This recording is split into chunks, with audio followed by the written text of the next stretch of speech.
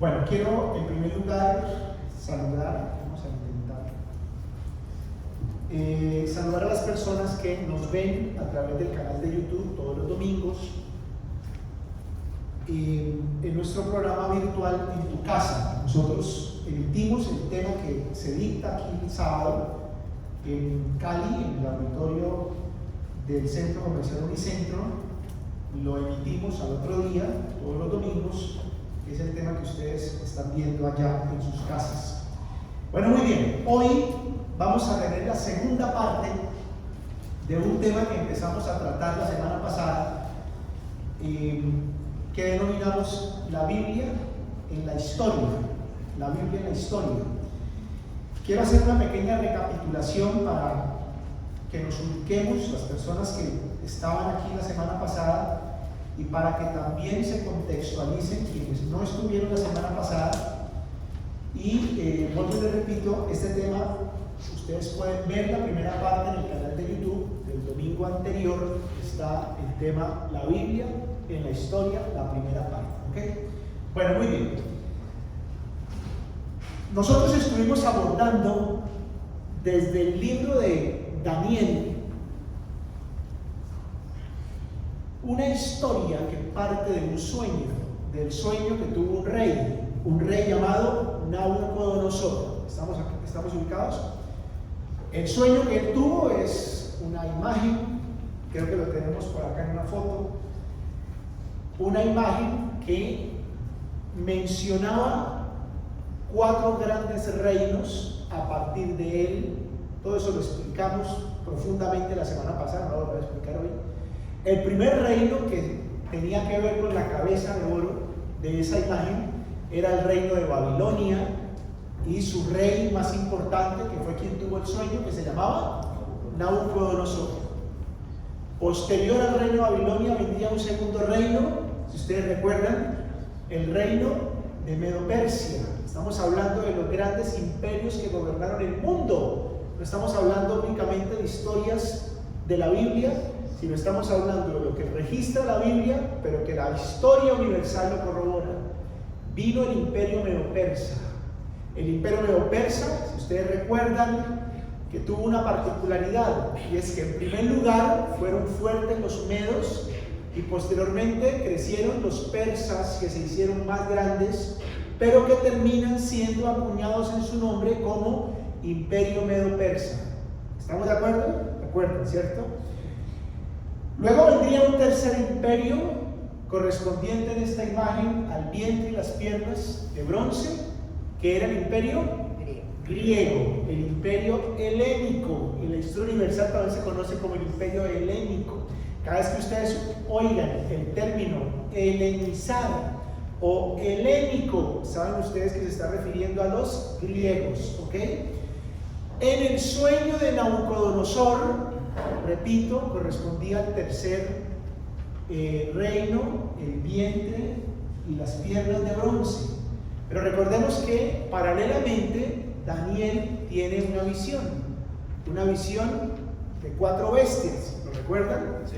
Una primera bestia que era un león, que dijimos y explicamos cómo arqueológicamente se ha descubierto muchas cosas que nos llevan a pensar que la manera como Babilonia se identificó en la historia era justamente con el león.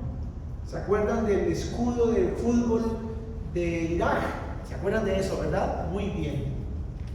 Una segunda bestia, si ustedes recuerdan, que correspondía al imperio Medo-Persa, que era un oso más levantado de un lado que del otro. ¿Se acuerdan de eso, sí? Y que en su boca traía tres huesos, 3 costillas. Muy bien. Y luego una tercera bestia que correspondía al tercer imperio, y esa bestia era un famoso leopardo que tenía 4 alas y a la vez tenía 4 cabezas. No, 3 no, 4 cabezas. 4 cabezas, no 3 sino 4 cabezas. ¿Se acuerdan de eso, cierto? Muy bien. Volviendo al sueño de Nabucodonosor, esta estatua tenía unas piernas de hierro, lo cual correspondía al cuarto imperio, ¿se acuerdan? Y ese cuarto imperio en la historia se llama Roma. Y en el sueño o en la visión de Daniel de las bestias, esta era una cuarta bestia, dice, espantosa y terrible, diferente a todas las anteriores, que todo lo que cogía con los dientes y lo acababa, lo devoraba, y lo que quedaba con los pies lo acababa de trillar, hablando de lo espantosa que era esa cuarta bestia. Explicamos, y ahorita lo vamos a retomar, por qué Roma en la historia se caracteriza justamente por su rudeza, por su fiereza, muy diferente a lo que era el imperio griego, muy diferente a lo que eran los medo-persas, en fin. Estamos recapitulando para que nos ubiquemos. ¿Estamos de acuerdo? Y luego, en la estatua de Nabucodonosor, del sueño de Nabucodonosor, venían los pies, que eran en parte hierro y en parte barro cocido en horno, ¿se acuerdan, cierto? Y explicaba la Biblia que en esos tiempos habrán unas alianzas humanas, pero harán que esta fase, digamos, de la historia sea un imperio frágil, débil. Así como no se mezcla el hierro con el barro cocido, tampoco entre ellos había una total unidad, y por eso sería un tema de fragilidad. ¿Estamos hasta ahí, cierto? Muy bien. Bueno, teniendo eso en cuenta, yo quiero que retomemos desde el imperio griego. Nos vamos a volver un poquito a los griegos, ¿ok? A ver, ¿se acuerdan ustedes que Daniel tiene además una tercera? Bueno, él tiene un segundo sueño, una segunda visión, pero hablábamos de una tercera escena, de un carnero que tenía dos cuernos. ¿Se acuerdan de eso? Que uno era más grande que el otro y el más grande crecía después que el primero. ¿Se acuerdan? Estamos en Daniel capítulo 8. Y explica el mismo libro de Daniel que ese carnero y esos cuernos corresponden a los reyes de Media y de Persia. Hasta ahora estoy solo en el resumen. Y aparecía un famoso macho cabrío que tenía un cuerno en la mitad de la frente. ¿Se acuerdan de eso? Que venía y golpeaba al carnero, lo destruía, y ese macho cabrío se hacía muy grande, y dice la Biblia que ese macho cabrío correspondía a Grecia, y el cuerno era Alejandro Magno. Dice el primer rey, ¿no? La Biblia menciona al primer rey. Luego en la historia entendemos que ese primer rey es Alejandro Magno, ¿correcto? La Biblia no menciona a Alejandro Magno, habla del primer rey. Pero dice la Biblia que ese cuerno sería quebrado y en su lugar saldrían 4 cuernos, ¿se acuerdan? Y que ese macho cabrío cuyo cuerno es quebrado y en su lugar salen 4 cuernos, correspondía al leopardo de 4 cabezas, y entendíamos que entonces tiene que ver con el reino de Grecia. Y explicábamos cómo en la historia, saliéndonos de la Biblia, lo que pasó fue que Alejandro Magno a los 32 años se enferma de una fiebre y se muere, y no deja un sucesor elegido como quien sea el que comande las fuerzas de Grecia. Tenía 4 sucesores. ¿Quiénes eran? Generales. 4 generales. ¿Quiénes eran? Bueno, porque ahí vamos a empezar, desde ahí vamos a retomar. Los cuatro herederos, ¿sí? Eran Casandro, Seleuco, Antígono y Ptolomeo. Así que aprendérselo. Eso es historia de cuarto bachillerato. No, y verdad, esto es muy importante, porque de aquí se desprende el tema de hoy. Recuerden, los 4 herederos de todo el territorio griego, o sea, Alejandro Magno tenía 4 personajes, cada uno en una parte de su dominio, a través de los cuales Grecia ejercía su liderazgo, ¿ok? Uno era Ptolomeo. Ptolomeo estaba ubicado más hacia Egipto, por allá. Otro era Casandro, otro era Seleuco, y aquí me quiero detener, porque Seleuco era el encargado de dirigir toda la zona de Siria, Judea toda la zona que correspondía al territorio ocupado por el pueblo judío, el pueblo de Israel. Esto es importantísimo. Seleuco, ¿ok? Bueno, entonces vamos a la Biblia, por favor. Vamos a la Biblia. Vamos a Daniel capítulo 8. Daniel capítulo 8. Y vamos a leer a partir del verso 7. Daniel 8. A partir del verso 7. Vamos a retomar esta porción de la Biblia, ya la leímos la semana pasada, pero vamos a retomarla, porque aquí arranca el tema de hoy. Por favor, conmigo a partir del verso 7. Dice así: y lo vi que llegó junto al carnero y se levantó contra él y lo hirió y le quebró sus dos cuernos, y el carnero no tenía fuerzas para pararse delante de él. Lo derribó por tanto en tierra y lo pisoteó, y no hubo quien librase al carnero de su poder. Y el macho cabrío se engrandeció sobremanera, pero estando en su mayor fuerza, aquel gran cuerno fue quebrado, y en su lugar salieron otros 4 cuernos notables hacia los 4 vientos del cielo. Y de uno de ellos, ojo con eso, salió un cuerno pequeño que creció mucho al sur y al oriente y hacia la tierra gloriosa. Ojo con eso. Y se engrandeció hasta el ejército del cielo, y parte del ejército de las estrellas se echó por tierra y los pisoteó. Aún se engrandeció contra el príncipe de los ejércitos, y por él fue quitado el continuo sacrificio, y el lugar de su santuario fue echado por tierra. Y a causa de la prevaricación le fue entregado al ejército junto con el continuo sacrificio, y echó por tierra la verdad e hizo cuanto quiso y prosperó. Haremos ahí. Aquí dice la Biblia que del cuerno se parten, salen 4, y de uno de ellos sale otro pequeño, ¿ok? Y que ese cuerno se engrandeció, y utiliza el término hacia el sur, hacia el oriente, hacia la tierra gloriosa. Ojo, hacia la tierra gloriosa. Y dice que este personaje, este cuerno pequeño, quitó el continuo sacrificio del lugar del santuario, el cual fue echado por tierra, que habló contra la verdad e hizo cuanto quiso y prosperó. Bueno, la verdad es que nosotros entendemos hoy que este famoso cuerno chiquito que sale de uno de los 4 cuernos, que entendemos son uno de los 4 herederos de Alejandro Magno, es un prototipo de un personaje que todavía no ha aparecido en la historia, que va a aparecer. Se llama el Anticristo, pero no vamos a hablar ahorita del Anticristo. Pero este personaje, que ya pasó, según entendemos acá, es un prototipo de Anticristo.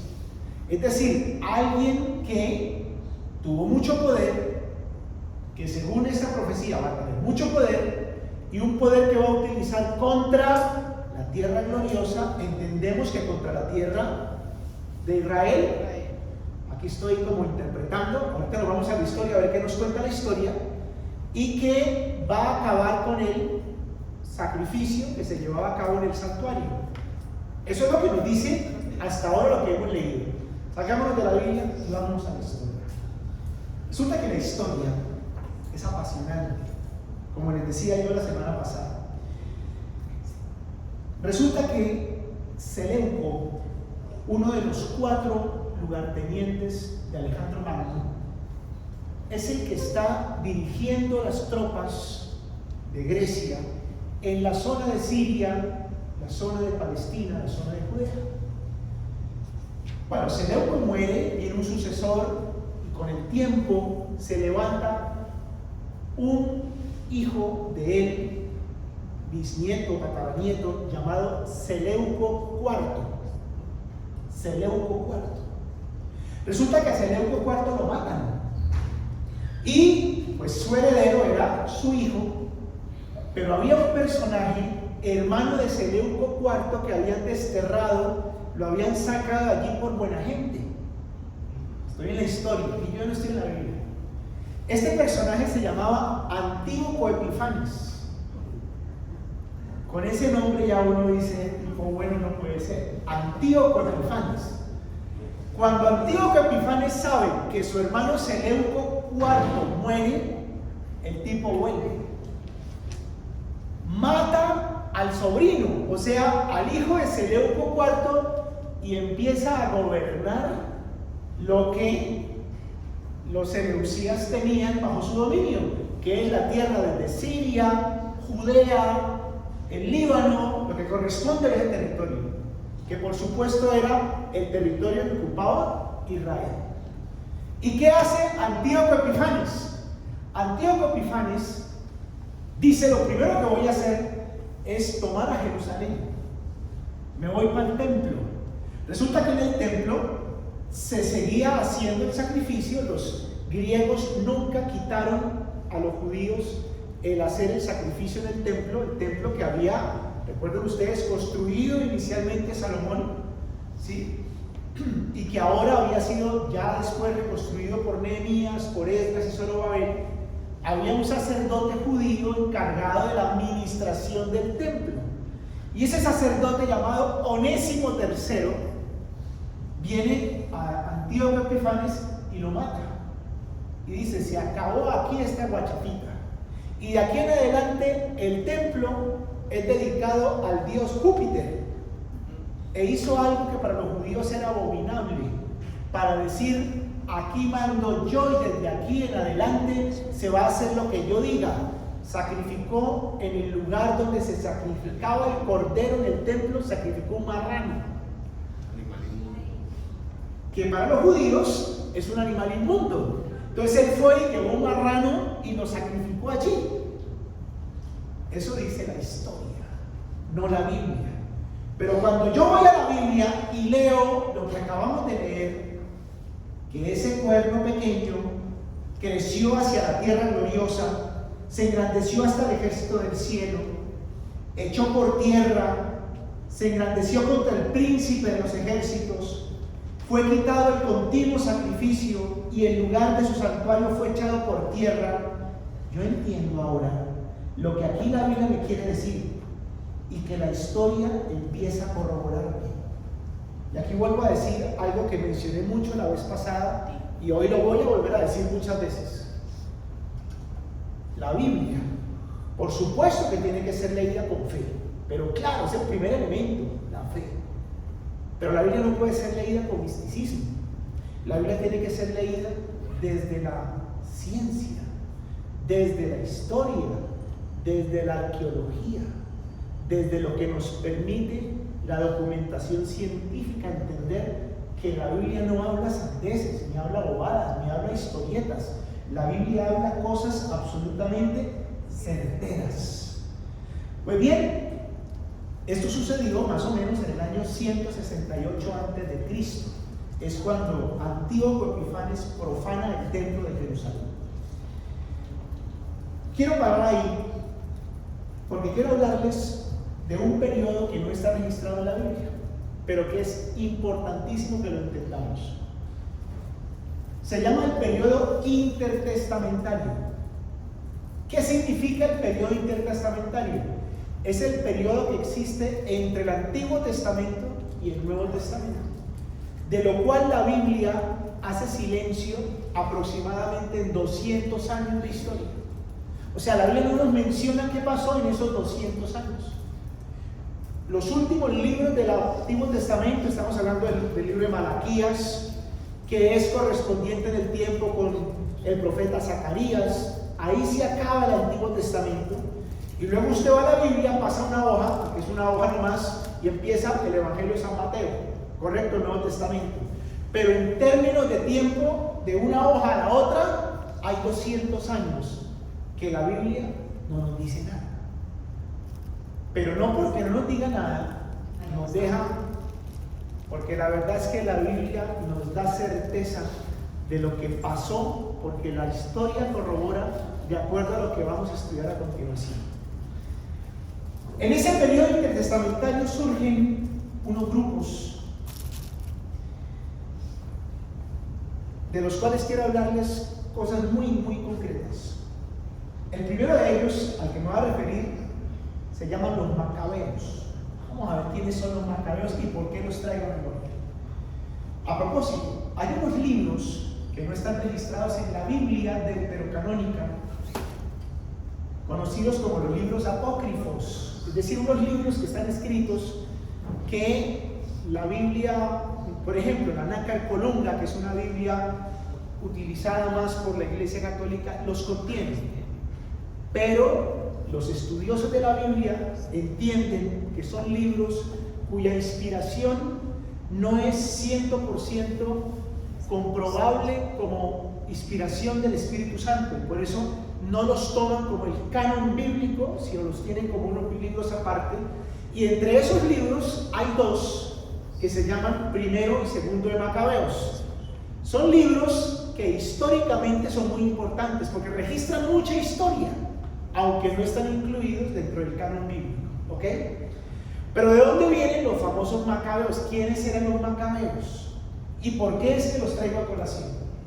Los macabeos es un movimiento judío,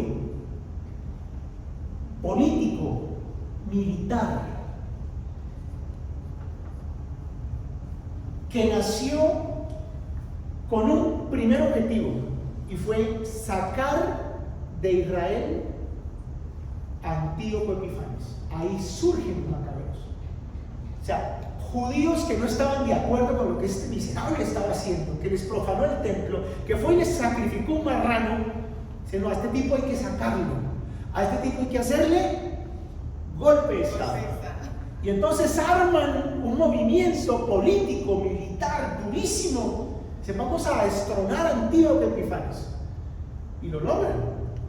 Y se mantienen, se perpetúan en el tiempo como un movimiento supremamente radical y celoso. Y aunque era político y militar, sobre todas las cosas era celoso por el tema religioso. Y ellos acuñan una consigna que la encontramos registrada en los libros de los macabeos. Y yo se las he traído literalmente. Mira lo que ellos dicen. Creo que la tenemos por aquí. Sí, si lo leemos, dice: cuando Dios y su ley están en juego, todos los sacrificios, toda la dedicación y toda la constancia se vuelven un deber de justicia. Como supremo rey y señor tiene derecho a ser alabado y obedecido, aunque esto nos cueste la sangre del cuerpo y del espíritu. Bueno, yo estudiando esto, yo decía, independientemente de los macabeos, de lo que implicó, ¿cuánto los cristianos deberíamos aprender de esta gente? Tan radicales en lo que tenía que ver con su celo al Señor, lo que tiene que ver con el Señor, lo que tiene que ver con su palabra, lo que tiene que ver con alabarle y adorarle, aunque nos cueste la sangre del cuerpo y del espíritu, decían ellos. Ahí nosotros tenemos un deber de estar presentes.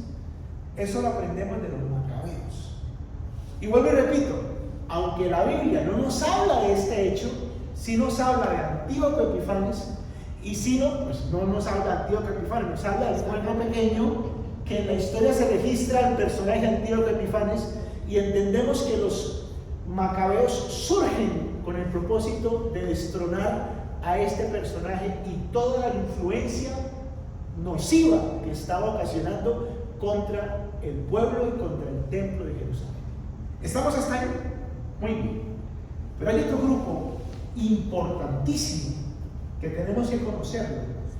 Se llaman los esenios. ¿Quiénes eran los esenios? Los esenios es otro grupo. Ellos son ya no militares. Ellos no tenían nada que ver con el tema político, pero eran absolutamente radicales en un hecho. Ellos se ubican en la zona del Mar Muerto. Hay unas montañas, las montañas de Qumran, y allá en pleno desierto ellos se establecen, hacían todos los días un ritual de purificación, se bañaban su cuerpo en un ritual para mantenerse puros según la tradición, y la única dedicación de por vida era transcribir las escrituras. Ellos se dedicaban de por vida a a transcribir. No había imprenta, mucho menos la tecnología que hoy tenemos para poder reproducir un texto, una imagen. Todo había que hacerlo a mano. Entonces esta gente se dedicaba exclusivamente a transcribir los textos de la ley, los textos de los profetas, los textos de los salmos. ¿Ok?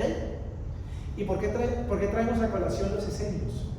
Porque resulta que por ahí en el año de 1946 un grupo de muchachos beduinos que criaban unas cabras, es una zona desértica, ellos crían cabras. Resulta que las cabras se le perdieron a un muchacho, y en esa zona que hoy nosotros vamos a ir, quien me acompaña en la peregrinación, vamos a estar allá. Esa zona está llena de cuevas, en la montaña hay una cantidad de cuevas, formaciones tectónicas dejaron una cantidad de cuevas en esa zona, y resulta que las cabritas se metían en las cuevas. Entonces este muchacho beduino, para saber si las cabritas estaban allá y no tener que ir hasta la cueva, cogieron una piedra, la tiraron a ver si le pegaban o no, la cabra, allá está. Y resulta que cuando tiró la piedra sonó como que algo se quebró. Entonces el muchacho fue y vio que había una vasija de barro, que una de ellas se había quebrado, y dentro de la vasija había unos rollos, no eran papiros. Los papiros son de Egipto, una planta del Nilo llamada el papiro. Estos eran unos rollos hechos en piel de carnero que tenían una cantidad de escritos. Era un muchacho pastor, él no tenía ni idea qué era eso. Fue y lo llevó a un lugar donde le dijeron: ¿usted dónde encontró esto?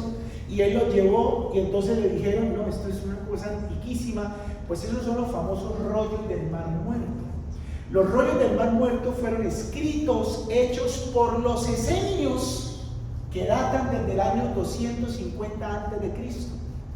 Y encontramos en esos escritos, en 11 cuevas encontraron las famosas, eso es como una zánfora, una vasija de barro que contenían los escritos, y encontraron textos del libro de Isaías, textos del profeta Habacuc y otros textos de los salmos. ¿Y cuál es la importancia de esto?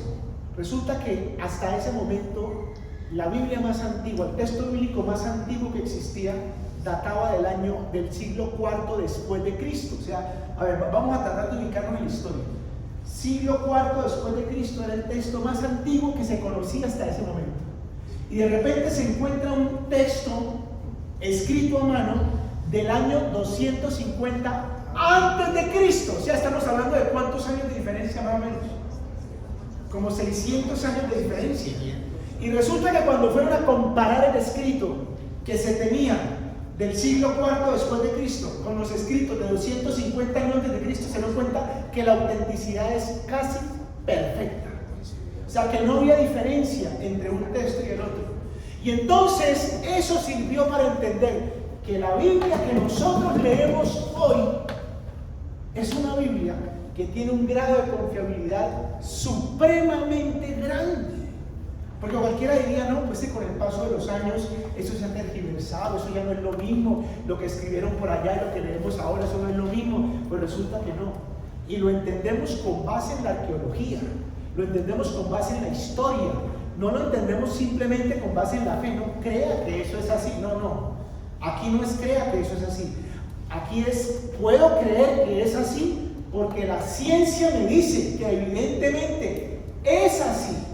Ay, ¿ustedes cómo saben que eso data del año 250 a.C.? Porque hay métodos científicos, el carbono 14, que nos permite entender, nos permite medir la antigüedad de un objeto, en este caso los textos que fueron encontrados. Esos eran los esenios. Entonces hemos hablado de los macabeos, hemos hablado de los esenios, ¿correcto? Bueno, ya vamos a entender por qué estoy tocando estos aspectos. Hay un tercer grupo que me voy a referir enseguida, porque hay que volver otra vez a la Biblia. Por favor, volvamos a nuestra imagen de Nabucodonosor. Vamos a dejar atrás Grecia, ¿ok? Y vamos a volvernos a ubicar en las piernas de hierro. ¿Quiénes eran las piernas de hierro? Roma, muy bien, Roma. ¿Alguien se acuerda en qué periodo empieza Roma bueno, está por aquí escrito? A partir del año 160 a.C. empieza el dominio de Roma y va hasta más o menos el año 430 después de Cristo. Correcto, es el dominio romano. Bueno, muy bien. Les conté yo que Roma era un imperio que se caracterizó por ser absolutamente práctico. Ellos no se pusieron a inventarse cosas nuevas, dijeron bastante tenemos con la ideología de los griegos como para nosotros poder inventar. Pero lo que sí tenía Roma era la fuerza. ¿Se acuerdan? La fuerza. Por eso la famosa bestia del sueño, una bestia espantosa y terrible. Roma era particularmente ordinarios. Ellos tenían un eslogan, la fuerza bruta del hombre bestia. Esos eran ellos. La fuerza bruta, todo lo arreglaban a las patadas. ¿Se acuerdan que les hablé de la paz romana? ¿Qué era la paz romana? Están peleando, les va a llegar la paz. Entonces mandaban un ejército, 1 o 2 legiones y acababan con el pueblo. Y es que lo acababan, literalmente lo destruían, lo arrasaban. Eso era Roma, ¿ok? Bueno, con eso en mente, hay que entender o hay que hablar de Pompeyo. Oiga, que lo tenía la semana pasada y no presentamos a Pompeyo. ¿Quién fue Pompeyo? Este señor Pompeyo. Ya había fotos cuando Pompeyo. Mentira, ¿quién fue Pompeyo? Pompeyo fue el militar encargado por Roma para tomar la región de Siria, Judea, hasta Egipto. Llegaba el dominio de Pompeyo. Pompeyo está registrado en la historia universal. ¿Ok? Pero resulta que esto hace que se levante un nuevo grupo entre los judíos. Hemos hablado de los macabeos, que ya sabemos por qué se originaron. Hemos hablado de los esenios, que ahorita voy a volver a los esenios, y ahora hay que hablar de un tercer grupo, los celotes. Los celotes. ¿Y por qué aparecen los celotes? Los celotes surgen más o menos en el año 6 después de Cristo. Ojo con eso.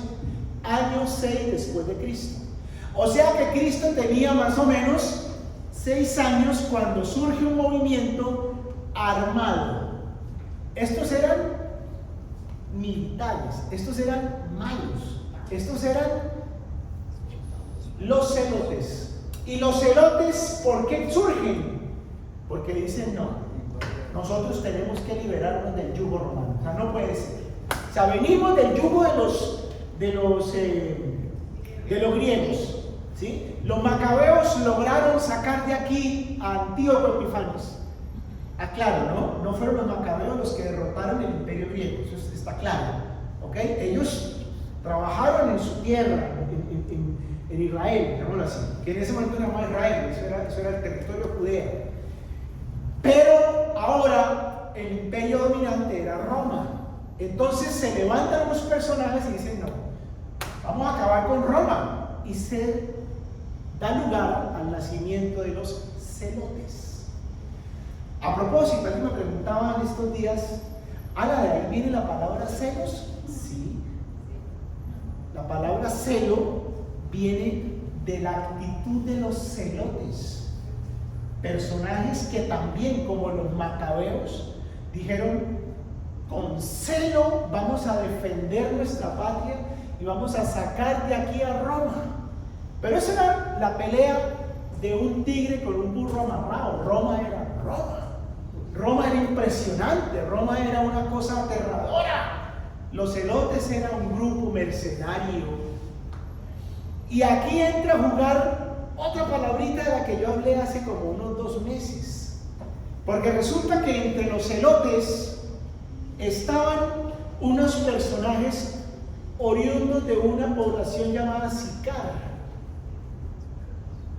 que eran hábiles en el uso del cuchillo y se les conocían como los sicarios. La palabra sicario, que hoy para nosotros es tan común, viene de allá. Pero bueno, ¿por qué estoy hablando yo de los celotes? ¿Y qué tiene que ver esto con la historia? Muchísimo. Resulta que La Biblia nos dice, en el libro de los Hechos de los Apóstoles, quiero que nos traslademos, no dejen a Daniel porque vamos a volver a Daniel, pero vámonos al libro de los Hechos de los Apóstoles. Vienes conmigo, ¿cierto? Eso. Hechos de los Apóstoles. Capítulo 5, por favor. Hechos de los Apóstoles, capítulo 5. A ver, en Hechos de los Apóstoles ya Jesús no está. Jesús ya partió a la presencia del Padre, ¿lo recuerdan ustedes? Y los discípulos se encargaban ahora de compartir el Evangelio, ¿correcto? Pero eran perseguidos por el Sanedrín, eran perseguidos por los fariseos, por los sacerdotes, no los dejaban hablar, en fin. Y hay un personaje llamado Gamaliel. ¿Quién era Gamaliel? Gamaliel era un doctor de la ley. Parece ser que fue el maestro de Saulo de Tarso, de Pablo, el maestro Gamaliel, muy importante dentro de la sinagoga. Y él tenía un conocimiento cercano de quién era Jesús y de la obra que había hecho Jesús. Tenía una afinidad, por lo menos conceptual, acerca de Jesús. Y él se levanta y le dice a los del Sanedrín, le dice: oiga, tengamos cuidado, porque es que si este grupo es de Dios, difícilmente nosotros nos vamos a quitar de encima. Hablando de los cristianos, ¿ok? De los discípulos de Cristo. Ahora, si esto no es de Dios, mire lo que le dice. Por favor, vámonos a Hechos capítulo 5, versículo 35. Hechos 5, 35. Y luego dijo: varones israelitas, mirad por vosotros lo que vais a hacer respecto a estos hombres. Porque antes de estos días, ojo con esto, que aquí viene la historia, se levantó Teudas, diciendo que era alguien. A este se unió un número como de 400 hombres, pero él fue muerto, y todos los que le obedecían fueron dispersados y reducidos a nada. Después de este se levantó Judas el Galileo en los días del censo, y llevó en pos de sí a mucho pueblo. Pereció también él, y todos los que le obedecían fueron dispersados. Y ahora os digo: apartaos de estos hombres y dejadlos, porque si este consejo o esta obra es de los hombres, se desvanecerá. Mas si es de Dios, no la podréis destruir. No seáis tal vez hallados luchando contra Dios. Él habla de un famoso Teudas que se levantó, que tuvo un número como de 400 seguidores que fueron dispersados cuando él murió. Pero luego habla de otro personaje. ¿Cómo se llama ese personaje? ¿Judas quién? Judas el Galileo, que se levantó ¿en qué tiempo? Porque hay una referencia. En días del censo. Bueno, dejémoslo ahí. Vámonos a la historia. Salgámonos de la Biblia, vámonos a la historia. Resulta que la historia registra, y a propósito, usted dice: Juan Carlos, ¿y la historia dónde registra esto? Hay un autor muy famoso judío, era judío por papá, pero era romano por su, era judío por su mamá, pero era romano por su papá. Se llamó Flavius Josephus, que quizá es el autor más importante que registra los hechos históricos del pueblo de Israel de esta época. Hay un libro que él escribe que se llama La lucha de los judíos. Usted lo consigue en internet, lo consigue en una librería grande, seria, lo consigue. Y todo esto que estoy hablando está registrado históricamente. Él no era religioso, no tiene nada que ver con la Biblia, es un autor, un escritor, un historiador, ¿ok? Flavio Josefo registra lo siguiente: historia, no la Biblia. En el año 66 después de Cristo, se genera una gran revuelta por un grupo de los celotes, dice los celotes, comandados por un señor que aparece en la historia registrado con dos nombres: Simón el Galileo o Judas el Galileo. Y él genera la gran revuelta judía hacia el año 66 después de Cristo, que resulta ser la gota que llena la copa para que Roma envíe la paz romana a Judea. En el año 70 después de Cristo viene Tito. ¿Quién era Tito? Tito era el comandante en jefe de las fuerzas que Roma envió a Judea. ¿Y saben por qué? Porque había una revuelta en esa provincia que venía siendo ya no la única, sino varias revueltas que se levantaban, y Roma mandaba telegramas: le mando la paz, le mando la paz, le mando la paz. En los años 70 mandó la paz. ¿Y qué dice la historia que pasó? Tito sitió a Jerusalén, la rodea, 3 años de sitio.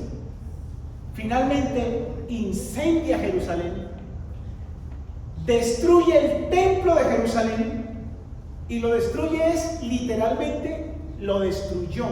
No dejaron piedra sobre piedra. Es más, dicen algunos historiadores que después de eso, en el año 90, Roma vuelve otra vez allá y traen arados para literalmente arar la tierra de Israel, arar Jerusalén, para que se cumpla que ni piedra sobre piedra quedaría de ese lugar. Y esto es originado por los celotes. Jesús en su ministerio tenía un discípulo llamado Simón el Celote, que no es este mismo, claro, ¿no? Pero era perteneciente a los celotes. Y se dice que Judas Iscariote era perteneciente a los sicarios, y no por eso era malo. Hay que entender socialmente por qué Judas entregó a Jesús. Por supuesto, usted me dirá: no, es que estaba escrito y la Biblia lo dice, es que uno de ustedes me va a entregar. Sí, pero hubo una razón social y política. ¿Cuál fue? Es que los celotes, ¿qué veían en Jesús? ¿Qué veían los celotes en Jesús? El que nos va a liberar del yugo romano, porque los celotes vivían para eso. Y cuando aparece Jesús, que hace pues sus milagros y convoca a tanta gente, ellos dijeron: Jesús es el que nos va a liberar. Pero Jesús hablaba del amor, Jesús hablaba del perdón, Jesús hablaba de que el que te golpeó la mejilla pone la otra. Entonces, dicen algunos historiadores, Judas, motivado por la decepción, lo vendió. Otros dicen: no, Judas lo que hizo fue: vamos a llevarlo a ese extremo, a ver si el hombre despierta y hace lo que tiene que hacer. Lo cierto es que el Señor es entregado y llevado a la cruz, como ustedes lo saben. Que a propósito, lo mencioné la semana pasada, ¿por qué a la cruz? Porque era el método que utilizaba Roma, que era despiadado, para castigar a aquellas personas a los que ellos querían castigar. La cruz. ¿Estamos hasta ahí? ¿Entienden por qué hablamos de los celotes? Y entienden por qué la Biblia, Gamaliel, habla de un personaje llamado Judas. Lo acabamos de leer en el versículo 37. Después de este se levantó Judas el Galileo en tiempos del censo. ¿Y por qué se originó esta revuelta? Dice el historiador Flavio Josefus: porque Roma se inventó un censo donde quería conocer cuál era la gente que tenían subyugada allí, y el censo fue lo que da el origen a la gran revuelta judía comandada por Judas el Galileo. Historia. Pero la Biblia registra en palabras de Gamaliel que este personaje existió en días del censo. ¿Me están entendiendo, cierto? Sí, señor. La señora que me está mirando con la pepa blanca del ojo, por favor, deje de hacer eso. Se me parece a la cuarta bestia. Muy bien. Ya hablamos de Tito. Aquí aparece otro elemento arqueológico apasionante que no podemos dejar de mencionar. Resulta que los celotes, después de que Roma invade Jerusalén, años 70, ellos se van a refugiar a la zona del Mar Muerto. Hablamos de la zona del Mar Muerto hasta Qumran, donde estaban los esenios, ¿se acuerdan?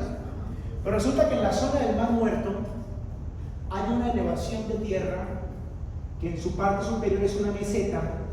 Esa elevación de tierra se llama Masada. Masada. Y resulta que en Masada, el rey Herodes, ¿quién era el rey Herodes? El rey Herodes era un personaje judío, que no era romano, era judío.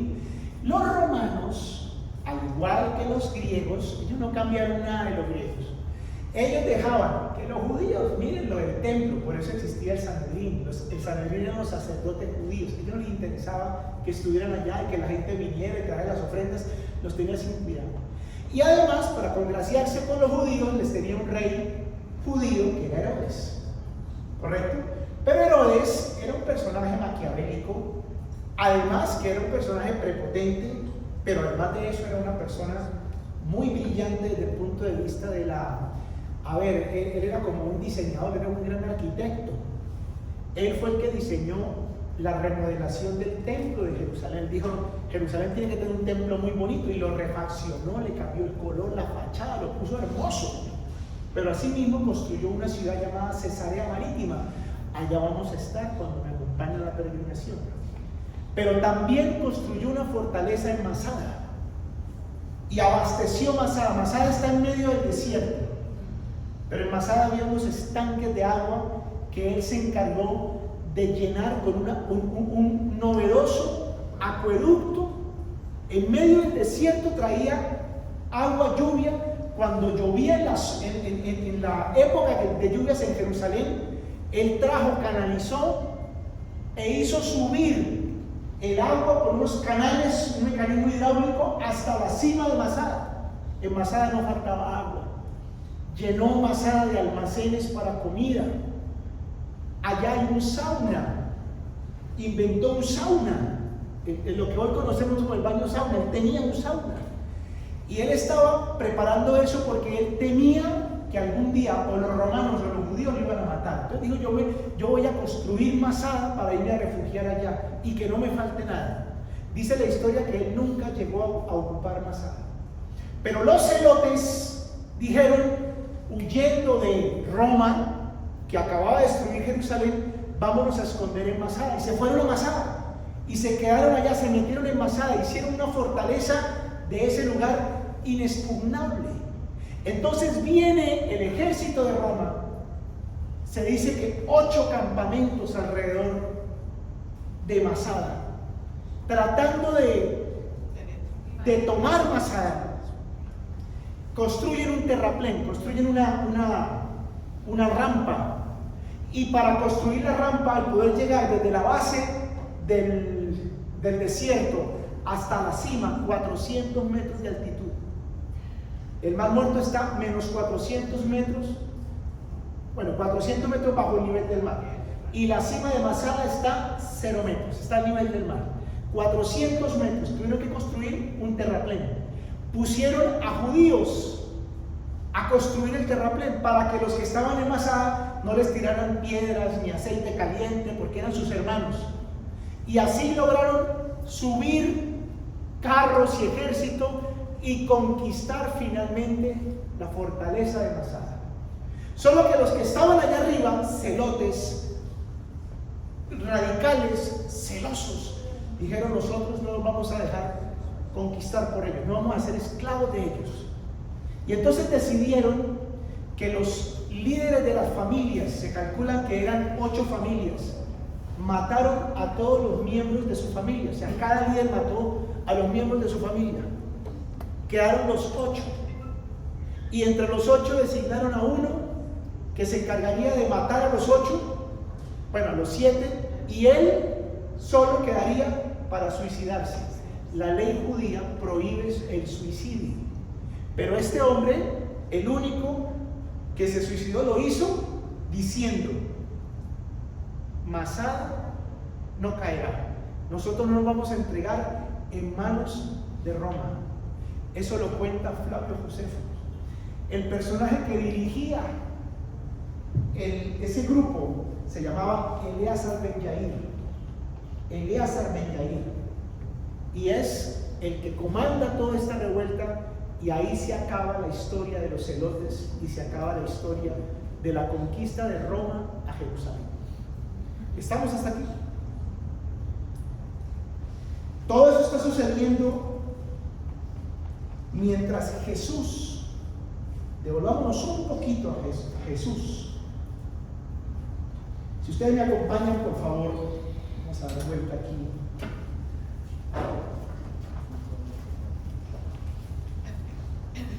En el Evangelio de San Mateo, capítulo 24, por favor. Mateo 24. Por favor, no se me van a perder. Mateo capítulo 24. Versículos 1 y 2.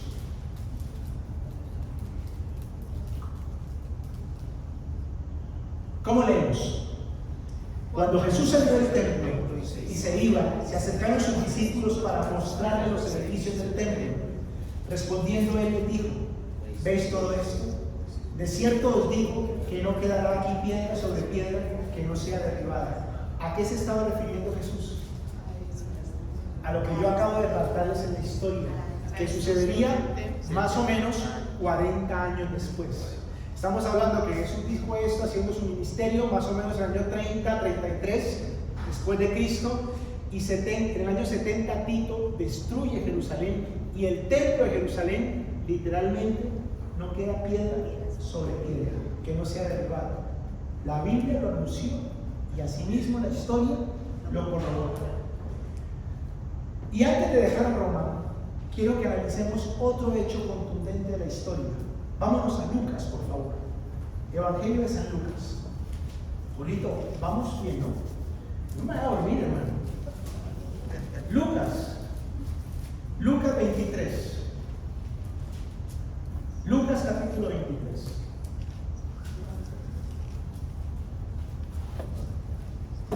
Y quiero hablarles unos minutos de un personaje muy conocido por todos ustedes llamado Poncio Pilato. Porque a Poncio Pilato hay que entender, también le tomamos una foto a Poncio Pilato. Ya había cámaras alta definición. Hay que entender a Poncio Pilato desde el contexto histórico. A ver, ¿quién era Poncio Pilato? ¿Poncio Pilato era judío o era romano? Era romano. ¿Sí? Poncio Pilato era el gobernador de Judea puesto por Roma. ¿Ok? Entonces entendamos, la autoridad religiosa era el Sanedrín, ellos eran judíos. El rey Herodes era judío. Poncio Pilato era el gobernador romano. ¿Ok? Era el que Roma mandaba allá. Listo. Pero ustedes se acuerdan que cuando el Sanedrín, o sea los religiosos, llevan a Jesús ante Poncio Pilato, ¿qué es lo que le dicen? Necesitamos que usted lo condene a muerte. ¿Por qué? Porque ellos querían quitárselo de encima, solo que la ley judía les impedía la pena de muerte. No había pena de muerte en la ley judía.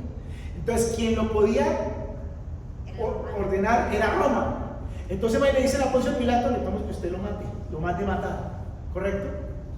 Pero Poncio Pilato interroga a Jesús y dice: ¿este tipo por qué lo vamos a matar? Porque Roma era lo que era, pero esos manes eran justos. O sea, es que el tipo no ha hecho nada digno de muerte. Y ellos insistían: no, lo que pasa es que sí toca matarlo. ¿Y cuáles son los argumentos que ellos utilizan para presionar a Poncio Pilato al punto de que Poncio Pilato dice: yo mejor me lavo las manos? Y lo mandó matar. ¿Quién se acuerda? Vamos a leer, porque esto tiene que ver con la historia. Ojo. Por favor, Lucas 23, versículo 1 en adelante. Levantándose entonces toda la muchedumbre de ellos, llevaron a Jesús a Pilato y comenzaron a acusarle diciendo: a este hemos hallado que pervierte a la nación. Ojo, y que prohíbe ¿qué?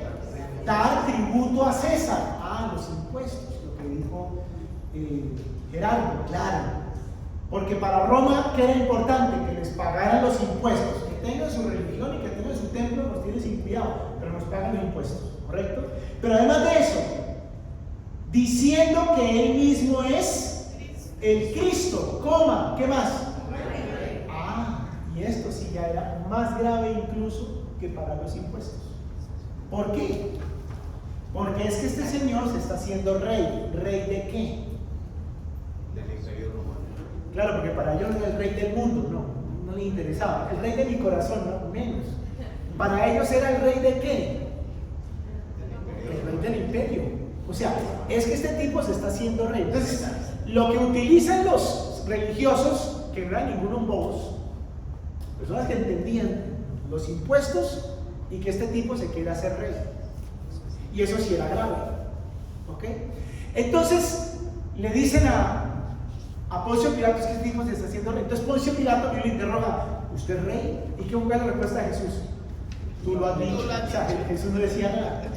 Jesús no decía nada. Al punto que Poncio Pilato le dice, anda, pero diga algo. Usted no sabe que yo tengo una potestad para librarlo. Y Jesús le dice, ninguna potestad te sería dada si no es mi Padre. O sea, Jesús lo deja. Jesús no le dice nada. Y aparte de eso viene la mujer de Poncio Pilato y le dice, suelte a ese tipo. Yo tuve una pesadilla. Ay, no, con él no me meta. Mira que ese tipo, por favor. Entonces Poncio Pilato estaba, ¿yo qué hago? Entonces sale a la gente y le dice, ¿quieren que le suelte a Jesús? Porque hoy puedo soltarles a un reo. Le suelto a Jesús. Y la gente arengada por el Sanedrín, no, queremos a Barrabás. ¿Y qué hago con Jesús? Crucifíquenle, crucifíquenle. ¿Y qué se estaba levantando en ese momento? Que Poncio Pilato dijo, Dios mío, esto se me está saliendo de las manos. ¿Qué estaba pasando en esa plaza? Una revuelta. ¿Y quiénes estaban detrás de toda esa cuestión? El Sanedrín, pero también estaban los celotes. Y Poncio Pilato, que cuidaba su tienda, dijo, si yo dejo que esta revuelta siga adelante, mi jefe me dice, te mando la paz. Claro, llama de una, te mando la paz. ¿Qué hace Poncio Pilato? Presionado políticamente, entreguemos a este tipo. Y políticamente esa es la causa de la muerte de Jesús. Por supuesto, una razón espiritual, ¿no? Que no le estamos debatiendo, pero quiero que entendamos desde lo sociológico, desde lo histórico, qué es lo que está pasando y por qué. Vuelvo y repito, perdónenme que yo haga énfasis en esto, porque este tema no tiene otro objetivo diferente a la Biblia. No es un libro místico. La Biblia es un libro contundente desde el punto de vista científico e histórico. Que nosotros lo ignoramos es otra cosa, pero hay que verla desde ese punto de vista. Entonces ahora entendemos que era Roma, el sueño de Nabucodonosor es que Roma era así. La bestia esa espantosa y terrible es que eso era así. Entendemos el contexto en el cual Jesús hace su ministerio. Entendemos los grupos que estaban allí. Claro, los macabeos, ya entendemos por qué. Los esenios, ¿qué era lo que hacían? Los celotes, ¿qué era lo que hacían? Y cómo la Biblia va registrando hechos que la historia corrobora que así pasaron. ¿Estamos? Vamos al final de este tema. Y no habrá tercera parte. Volvamos a Daniel 2. Vámonos atrás. Daniel 2, versículo 41, por favor. Daniel 2, versículo 41.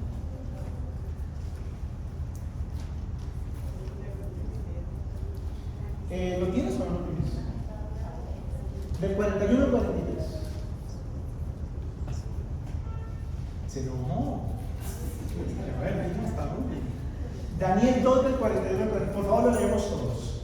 Recordemos la parte final del sueño de Nabucodonosor. Todos conmigo.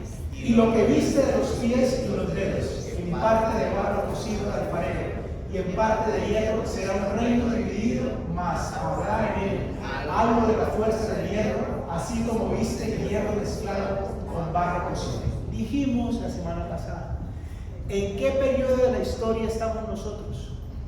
El cautiverio. Estamos aquí. Nosotros estamos aquí. Roma ya pasó. ¿Ok?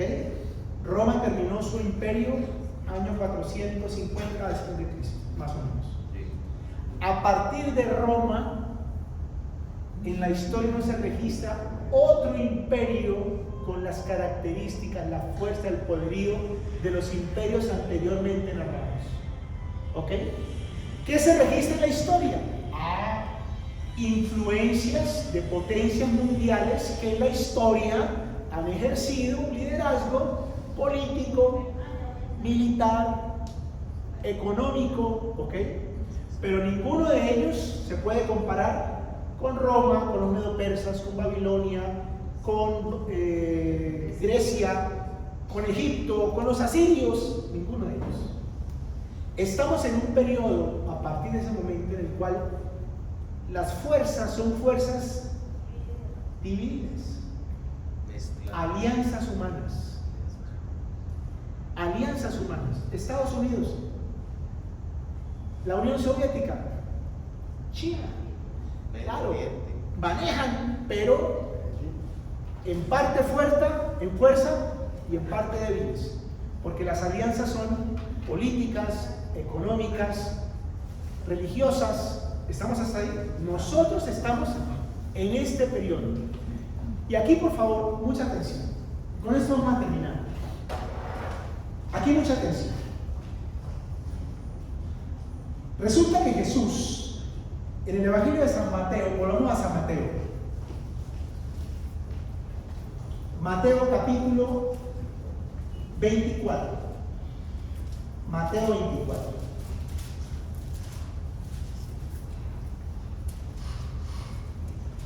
Ustedes me van a regalar 15 minutos más, ¿cierto? Sí. El problema de las madres que se van de farra ahorita. Mateo 24. Versículos. Perdón, no es Mateo 24. Sí, Mateo 24, versículos 14 y 15. Versículos 14 y 15. Por favor, conmigo todo. Dice así, a la 1, a las 2 y a las 3. Y será predicado este evangelio del reino en todo el mundo, para testimonio a todas las naciones, y entonces vendrá el fin. Por tanto, cuando veáis en el lugar santo la abominación desoladora de la que habló el profeta Daniel, el que le entienda. Paremos acá. Porque resulta que Jesús, ¿a dónde nos vuelve a enviar? Al profeta Daniel. Ojo con esto. Entonces será predicado las palabras del Evangelio a todo el mundo. ¿Sí? Dice así. ¿Y qué más dice? Para testimonio de todas las naciones, y entonces vendrá el fin. Siguiente. Por tanto, cuando veáis en el lugar santo la abominación desoladora de que habló el profeta Daniel. ¿Cuál fue la abominación desoladora que habló el profeta Daniel? Vámonos a Daniel, por favor.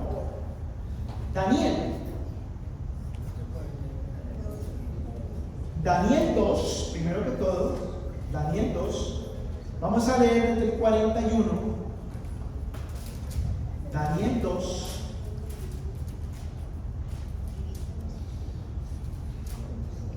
por favor, vamos a leer, no vamos a leer desde el 41, vamos a leer desde el 44, ¿correcto? Todos conmigo, dice así: y en los días de estos reyes, el Dios del cielo levantará un reino que no será jamás destruido, ni será el reino dejado a otro pueblo. Desmenuzará y consumirá a todos estos reinos, pero él permanecerá para siempre. De la manera que viste que del monte fue cortada una piedra, no con mano, la cual desmenuzó el hierro, el bronce, el barro, la plata y el oro, el gran Dios ha mostrado al rey lo que ha de acontecer en lo porvenir, y el sueño es verdadero y fiel su interpretación. Los reinos anteriores serán destruidos, dice, una piedra cortada caerá sobre los pies de barro y hierro, destruirá la imagen, los reinos, y se establecerá un reino sobre toda la tierra que no será jamás dejado a otro reino. ¿Listo? Por favor, vámonos de nuevo a Daniel. Daniel capítulo 7, Daniel 7. Y vamos a mirar el versículo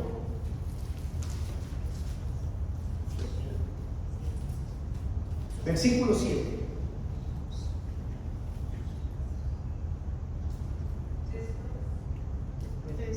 Bueno, ya leímos el 7, no, vamos a leer el 8, porque no sabemos el tiempo.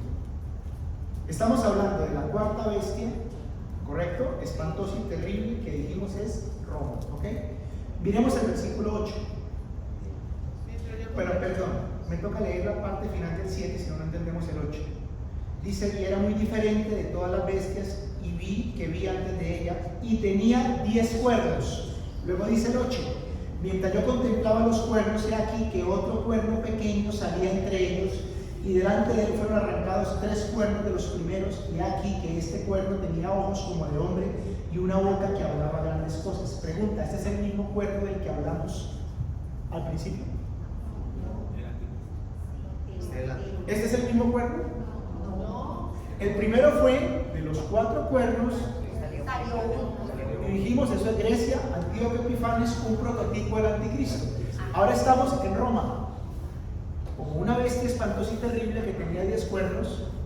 De ellos surge uno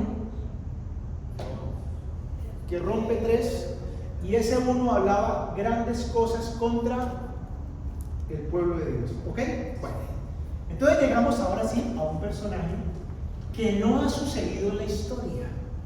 Aquí empezamos a ver lo que no ha sucedido en la historia, pero que dice la Biblia va a pasar. Y yo mencionaba la semana pasada, terminando el tema, si el 90% de este panorama se cumplió, ¿qué impide que el 10% faltante se cumpla? Nada. Lo que dice la historia, y no vamos a especular, porque aquí no se trata de especular, no es que los 10 cuernos son Estados Unidos, China, no me interesa eso se lo dejamos a la especulación. No ha pasado. Yo me estoy enfocando en los hechos comprobables en la historia. Pero lo que sí dice la Biblia es que se levantará un personaje finalmente. Así como Antíoco Epifanes, que fue un prototipo, que vituperó el templo y el sacrificio y acabó, digamos, con la parte espiritual de Israel, se levantará un personaje en un periodo mencionado en la Biblia como la gran tribulación. Son 7 años. Los primeros 3 años y medio este personaje vendrá a resolver el asunto más importante para la sociedad de hoy. Se llama la paz. Todos los hechos que hoy ocurren, y esto no es para que entremos en pánico, todo lo contrario, conducen a que este escenario está a punto de florecer. La humanidad hoy necesita paz, y aparecerá un personaje al que todo el mundo verá como el personaje que traerá la paz del mundo, y la gente literalmente se volcará hacia él. 3 años y medio primeros, y los 3 años y medio segundos de ese periodo de 7 años, él se va a descarar diciendo quién es realmente. El personaje que se irá contra el pueblo de Israel, que se irá contra el Dios de los cielos, y que va a decir: mi dueño y señor se llama Satanás. Eso se llama la gran tribulación. La iglesia cristiana, que fue mandada por Cristo a que anunciáramos el evangelio, según leímos en Mateo, no estaremos allí. Y para entender que es la iglesia cristiana, es entender que todo aquel que un día le abrió la puerta del corazón a Jesús y lo recibió en su corazón, ahora hace parte de la iglesia cristiana. Dice la Biblia que seremos raptados, llevados con el Señor a un evento llamado las bodas del Cordero. Estaremos de fiesta. La novia será vestida de lino fino, dice el libro de Apocalipsis, lino limpio y resplandeciente. Y el Cordero, el Señor, se casará con su iglesia. Pero aquí abajo estará sucediendo la gran tribulación. Y terminado ese periodo de 7 años, vendrá el Señor a la piedra cortada no con mano, que echará por tierra todos los reinos del hombre, que para el Señor son como bestias. Por eso la visión de Daniel habla de 4 bestias, porque los reinos humanos, por bien intencionados que seamos los seres humanos, somos como bestias.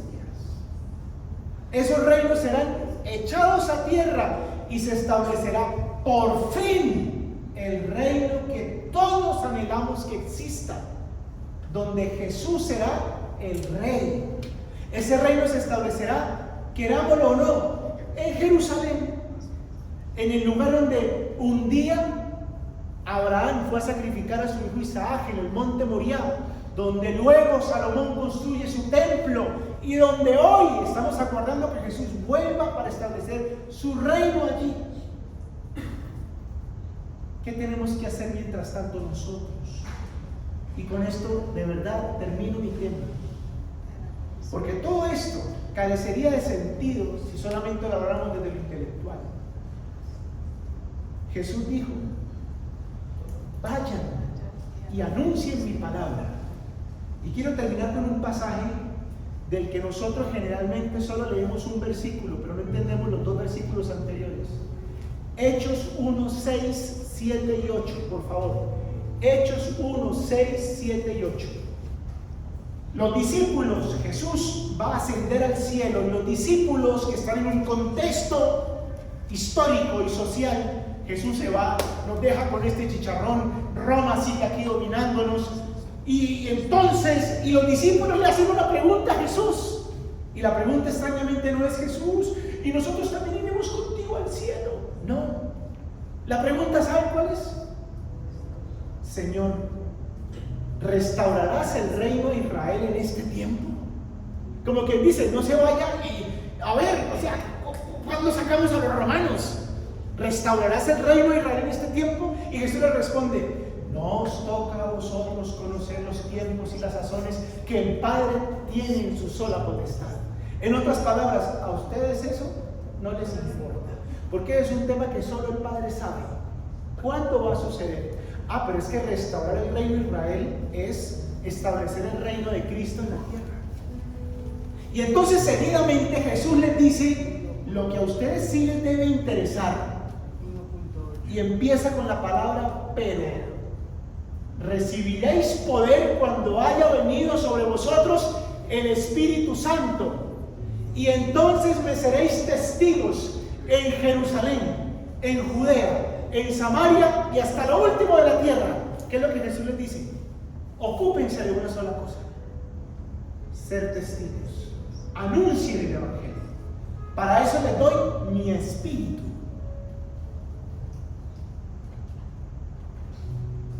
Hay días que yo estoy muy cansado y digo: ¿será que grabo un versículo del día? Y a veces mi esposa no me ayuda. No, ya no pasa nada, mañana no sales, descansa. Ella lo hace de buena intención, claro.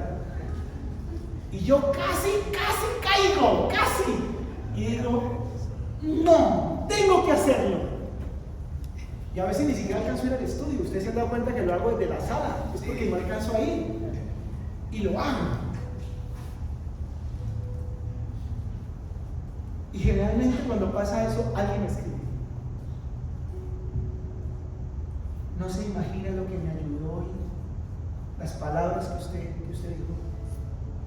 No se imagina lo que me sirvió ese versículo. ¿Y saben de qué me acuerdo? Es que el Señor nos puso en este tiempo, el tiempo en el cual estamos, los dedos en parte hierro y en parte barro cocido, a anunciar su palabra. Lo más fácil sería no hacerlo,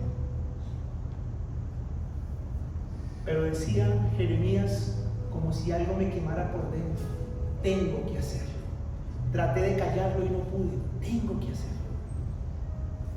Y yo a ustedes les digo: miren, independientemente que sean nuevos o antiguos, eso es lo de menos. Anuncien a Cristo. Y anunciar a Cristo no es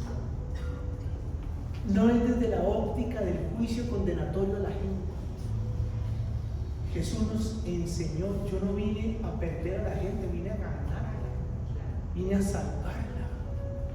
Anuncien a Cristo, pero anuncien desde lo que es el Evangelio de Cristo, desde el amor, el perdón, la reconciliación, la misericordia. Anuncien a Cristo.